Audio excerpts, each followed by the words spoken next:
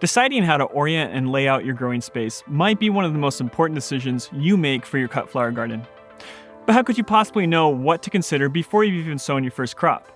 Well, today we're going to go through step by step and cover almost everything you need to take into account to make sure that down the road you aren't thinking about tearing everything out to change your growing space to better suit your property and environment.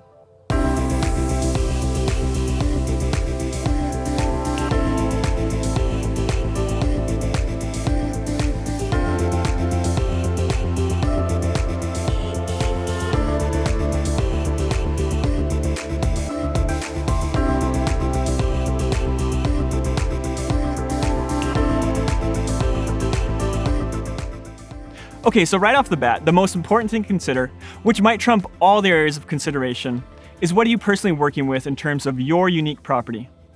For example, at our last property, our lot size was a tight 0.2 of an acre, with the house planted square center of the property. We had growing beds in the backyard, the front yard, and the side yard. Now, besides the growing patch in the backyard, our row orientation was already determined for us based upon existing constraints such as fences and outbuildings. So, unless you're working with a fairly large and open field, most of your growing layout orientation considerations have already been made for you.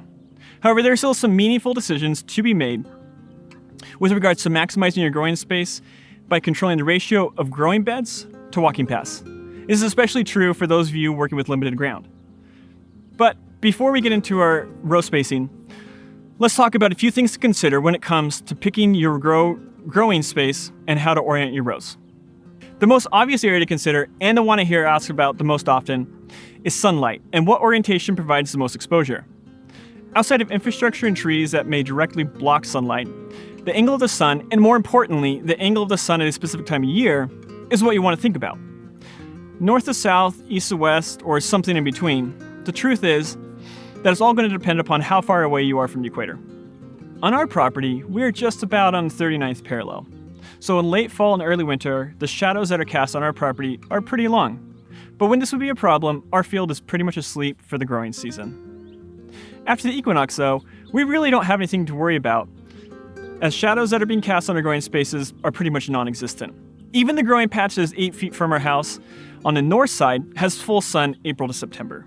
This being said, if your property is much further north than we are, and even for us during the most light start days of the year, you can run into problems of low tunnels that are casting shadows on the rows to the north of them if your rows are running east to west. In the winter, trying to overwinter crops under low tunnels, you could find that tunnels too close to each other are lacking light and heat due to neighboring low tunnels just south of them. So the obvious solution and best practice, if your property permits, is to run your rows north to south to get the most even light exposure on your crops and avoid possibly shading neighboring rows with season extension infrastructure. Now, an area that I personally feel is more important than light exposure and wish that we had thought of when we were laying out our rows on our current property is wind. The wind at our property almost always blows south to north. And because of prior property constraints like inner property fences, our house, and our wellhead, we orient our rows east to west. The wind really isn't a problem during the summer as we don't have much of it, and we also don't have temporary season extension structures in place. But during the winter, however, those strong north-blowing winds hit the broad side of our low tunnels and tear them to pieces. I believe that if we had oriented our rows north to south, thus exposing less surface area to the wind, we would have less problems with our low tunnels holding up over the winter. Now, every location around the world will have their own wind patterns, so the best cause of action is to observe the wind patterns on your property for a season if possible. But if observing an entire season is not possible, talking to your neighbors will probably get you the answer to your wind questions. So, if you live in a location that has a lot of wind, or you aren't going to be using season extension methods, you're probably going to skip over considering which direction the wind blows. But if you consistently get high winds in the winter, and you are going to use season extension, I can't stress enough how important it is to consider this when deciding on your growing bed orientations. So outside of sunlight and wind, the last major area to consider is if your property has any slope to the growing space. Even the slightest slopes can cause issues with flooding from your irrigation. In our main annual growing section, the row slightly slopes away to the back of the row, possibly less than 1% of grade. Still, It's enough to flood out the back of the rows as the water that was left in the drip line slowly drains to the lowest point. We have since fixed this by adding low pressure drains on the back side of the drip lines, but this is a whole other topic for another video. As I mentioned, we did find a solution to the problem, but if we had oriented our rows 90 degrees to the current orientation and semi-terraced the rows, we could have solved the problem without additional equipment.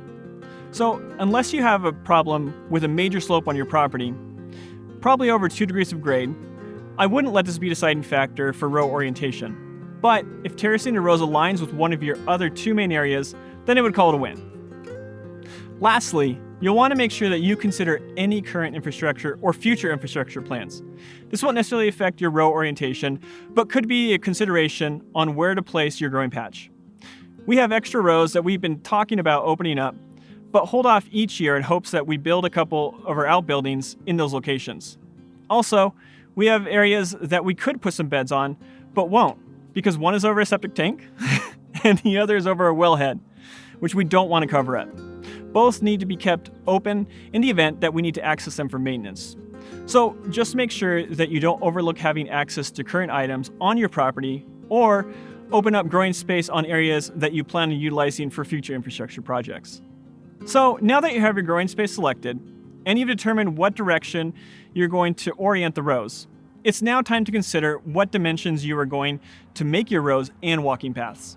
Sizing your rows and walking paths is a balancing act between maximizing your actual growing space while still keeping accessibility easy enough. Our row spacing here at Sierra Flower Farm is 42 inches wide for the growing beds and 18 inches wide for the walking paths. There are a few factors that went into deciding upon this spacing, but it should be mentioned the biggest factor was that these were the dimensions that we had on our first property. At that property, we knew we wanted to have as little space dedicated to the walking paths as possible, while still being able to walk down the aisles with ease. Sometimes, you will see vegetable market gardeners having 12-inch wide walking paths, but there is a large difference in size between vegetable plants and flower-producing plants. 12-inch wide walking paths can work between rows, say, of arugula and carrots, as the plant height is usually a maximum of 12 inches or so. But with flower plants, we commonly see plant heights of over 2 feet. This really becomes a problem when plants start going outside of the rows and flooding into the walking paths. Now it is true, you can control this to some degree with corral or trellising methods, but it will only ever do so much. So we decided upon 18-inch wide walking paths as a compromise between maximizing growing space, but still leaving enough room to efficiently harvest in late season when everything is booming like a jungle. Now, when it comes to row width, we went with 42-inch wide rows, as we felt this was the maximum width in which we could reach the middle of the row from either side easily enough. There is something to be said about not having to lean out too much to harvest. By the end of the day, your back will be killing you, so keeping the work right in front of you without much extension is definitely key. All that being said, my recommendation for row spacing on a new growing patch would have to be much different than what we went with at our property. Unless you are starting out with very limited growing area and really need to maximize the production, I would recommend going with industry standard growing bed size, and that would have to be 30-inch wide rows and at least 18-inch wide walking paths. The market gardening industry has developed standardized row widths of 30 inches. The determination for this has to do with ease of planting, harvesting, and processing of the beds for subsequent crops. There are many tools and pieces of equipment that are made to work perfectly on a 30-inch wide bed, and fighting against this standardization makes life more tedious than necessary. What can I say? We're gluttons for punishment here. Now that we have covered everything you might need to consider in determining what area, orientation, and dimension your beds and walking paths should be, let's take a look at how to lay out your first row and how to square it up to the fence line, property line, or referencing off of a building to make sure it looks really nice and square when you look down on your property from Google Earth. When we first laid out our rows on our current property, I referenced them off an interior fence. Later that year, when I was looking at our property on Google Earth, I was horrified to see that all my rows were crooked.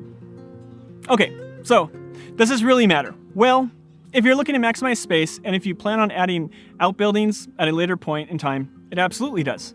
But if you have a massive field to work with and nothing around it, then no, it really doesn't. For me, I couldn't let this lie, and at the start of the next growing season, we redid all the rows to make them straight. So when I fixed this and laid out our rows for the second year, I rested off an exterior fence that was built on a property line. To make sure that the rows were perpendicular to the fence line, I used a common contractor trick called the 3-4-5 triangle.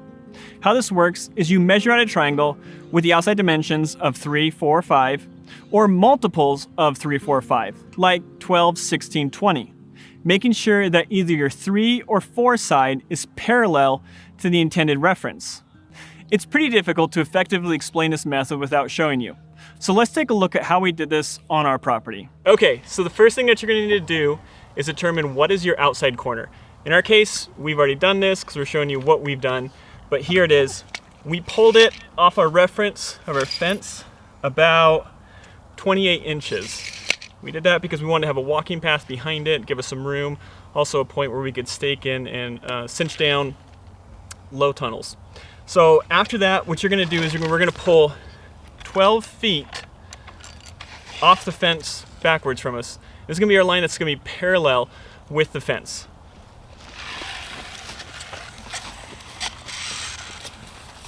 Okay, so we've pulled 12 foot down. Now we need to make sure that we're still parallel with the fence. So we're going to pull that 28 inches off the fence, okay? And where those two intersect at the 12 foot and the 28, that's where we're going to put our first stake. And I know it's right there because I've already done this. So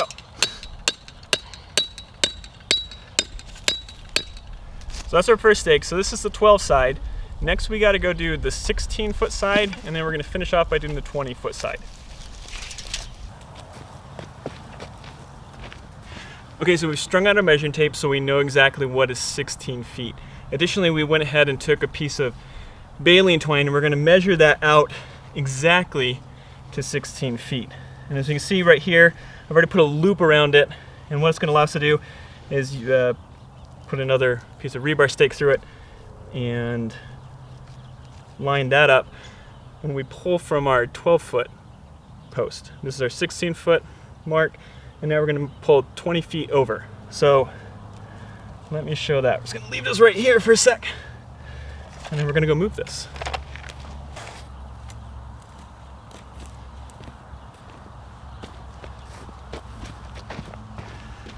Okay, so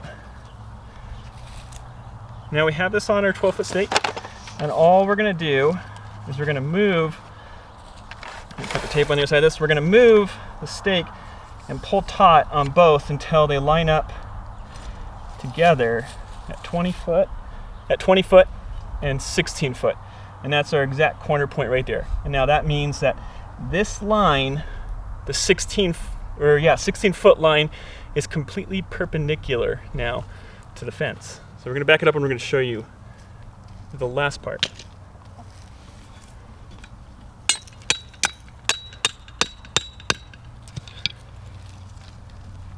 For the last part, you're going to want to go ahead and remove this piece of baleen twine. And what we're going to do, now we're going to pull the full 45 foot length that we do for our rows. If you do 100 foot, you can do that as well. You just need to go ahead and apply the factor to make your triangle bigger. So it should be something like, maybe instead of us doing a factor of 4, you might want to do a factor of 6, maybe 8. Okay, so we have 45 foot rows. So now we're going to pull 45 feet back, and then we're going to pull this line taut, and it's just going to touch the piece to the rebar, and that'll tell us that we have a completely now perpendicular extended line out. Okay.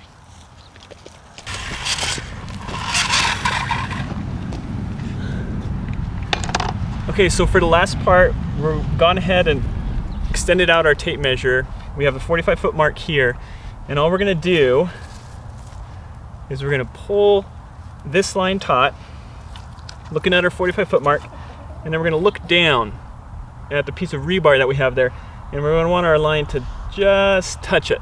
And that let us know once it touches it, that means we're now in the same parallel line that we just ran, that 16 foot one that we just ran. And if you can see here, we have our other corner marker that we've had, and we are slightly off. I don't know, maybe we did it wrong this time, maybe we did it wrong last time. Nonetheless, that's what we do.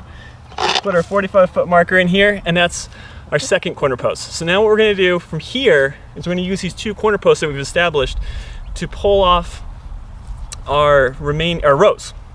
And we'll in our case, since we have a 42-inch wide row and an 18-inch wide walking path, we can pull 5-foot increments off each one, and then also making sure that we're measuring the same distance from the fence, that 45 foot in our case, 45 foot plus 28 inches actually. And that will make sure that everything stays nice and square, no matter what you do. Okay, so one final note about this. Obviously, I went with a method that added another step in the middle, since I didn't extend my triangle out far enough to encompass the entire row length. You can go ahead and extend a triangle out, use a factor. In my case, I had to use a factor of like 12 or something to extend it further out. Just something I've done in the past. Doesn't really matter. It doesn't really change the precision that much of what I did. I mean, let's be honest, we're not looking to build a home or something like that. So we just want to make sure that within plus or minus a few inches that we're on. And in this case, we were on, to my old point, within 2 inches. So however you want to do it, consider it. Might remove that one step in the middle.